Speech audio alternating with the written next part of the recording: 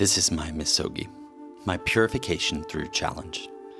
There's an ancient Japanese practice called Misogi. It means cleansing through hardship, a ritual that goes back centuries. People would walk into freezing rivers or stand beneath waterfalls to wash away what didn't belong, to start over clean. I first read about it in a book called Do Hard Things. The idea was simple, that modern life makes us soft. And the only way to find out who you really are is to do something that's brutally difficult. And that idea stuck with me. Last year, I decided to find my own Misogi. I cycled across Japan, from Kagoshima in the deep south to Wakkanai, the most northern point of the country, more than 3,000 kilometers, alone. My name is Nick, and this is Raw Reflections, a series where I unpack the moments that shape me, the quiet, uncomfortable ones, that test who we really are. I make videos about endurance, simplicity, and rebuilding your life with intention, about doing hard things not for applause, but to see clearly again. At the end of 2023, I thought I was taking what would be a short break from work, and it became a year-long sabbatical, a year to strip everything away. I wanted to quit drinking, I wanted to get in shape, I wanted to figure out who I was, not as someone's partner, not as someone's employee, but as a person. So I packed light, one change of clothes, a tent, my bike, and I set out across Japan to find myself the hard way.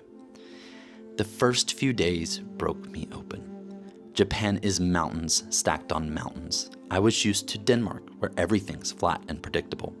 The rain was relentless. The hills were endless.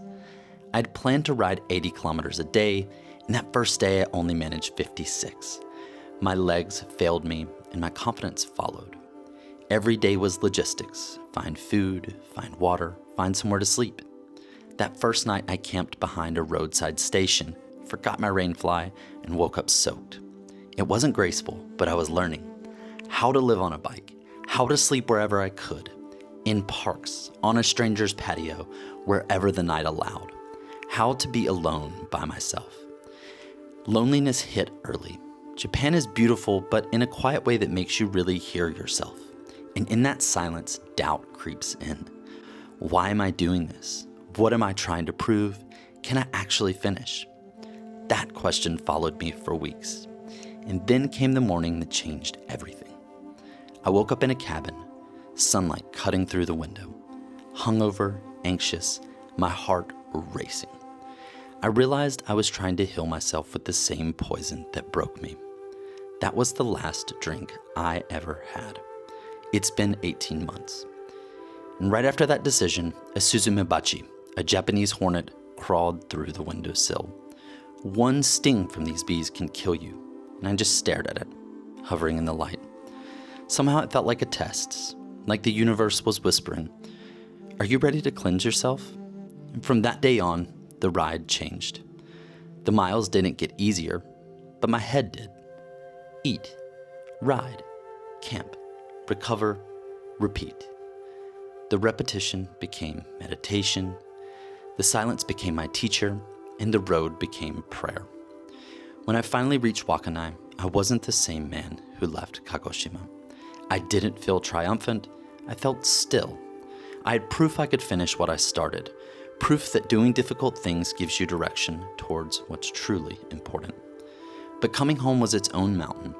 After months of constant movement, stillness felt unbearable.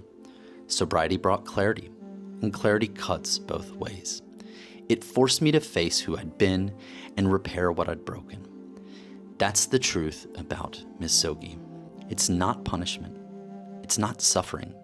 It's cleansing, the painful process of stripping away what doesn't belong until only the essential remains.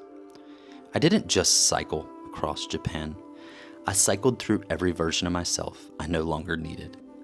If you've ever felt lost or directionless, maybe your Misogi isn't on a bike. Maybe it's a conversation you've been avoiding. Maybe it's breaking a habit. Maybe it's finally starting something you've been afraid to fail at. Because doing difficult things isn't just about building strength. It builds character, it builds truth, and it brings you back to yourself.